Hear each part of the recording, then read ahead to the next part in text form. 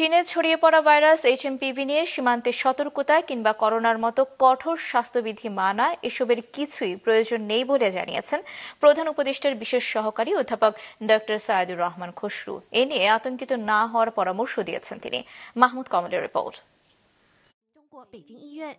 চলতি বছরের শুরুতে চীনে ব্যাপকভাবে সংক্রমণের পর ফের আলোচনায় হিউম্যান মেটানিউমোভাইরাস বা এইচএমপিভি। গতকাল বাংলাদেশেও বছরের প্রথম ভাইরাসটিতে এক নারীর সংক্রমণের খবর নিশ্চিত করে স্বাস্থ্য অধিদপ্তর।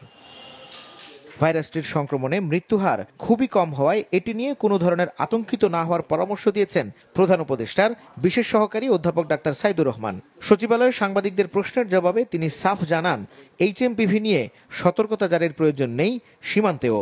এটা ইন্টারন্যাশনাল হেলথ রেগুলেশনসে এটাকে এখনো ওই জায়গায় আনা হয়নি যে বর্ডার রেগুলেশন ইম্পোজ করা হবে। বিশ্ব স্বাস্থ্য সংস্থা বা কোনো রেগুলেটর যেহেতু অ্যালার্ম জেনারেট করেনি, কোনো আতঙ্কিত হওয়ার মতো কোনো পরিস্থিতি নেই। এমনকি এই ভাইরাসটি সম্পর্কে বিজ্ঞান যতটুকু জানা আছে বিজ্ঞানে, সেইটা অনুযায়ী এটা দিয়ে বড় ধরনের মহামারী হওয়ার ঝুঁকিও নেই।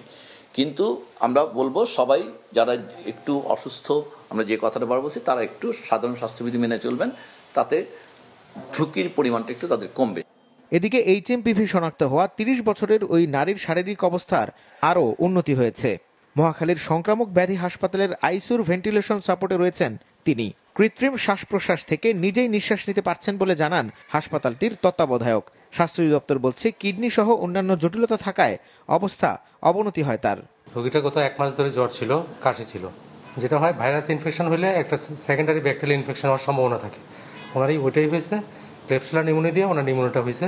এখন রোগীর অবস্থা ভালোর দিকে, আশা করতেছি রোগী ভালো হয়ে যাবে। 2017 সালে দেশে প্রথম এইচএমপিভির উপস্থিতি শনাক্ত হয়। এরপর থেকে অন্তত 18 জন আক্রান্ত হলেও তাদের কেউই মারা যায়নি। এদিকে সংক্রমণ ঠেকাতে যশোরের বেনাপোল ও দিনাজপুরের হিলি ইমিগ্রেশন চেকপোস্টে যাত্রীদের স্বাস্থ্য পরীক্ষা শুরু করেছে সেখানকার মেডিকেল টিম।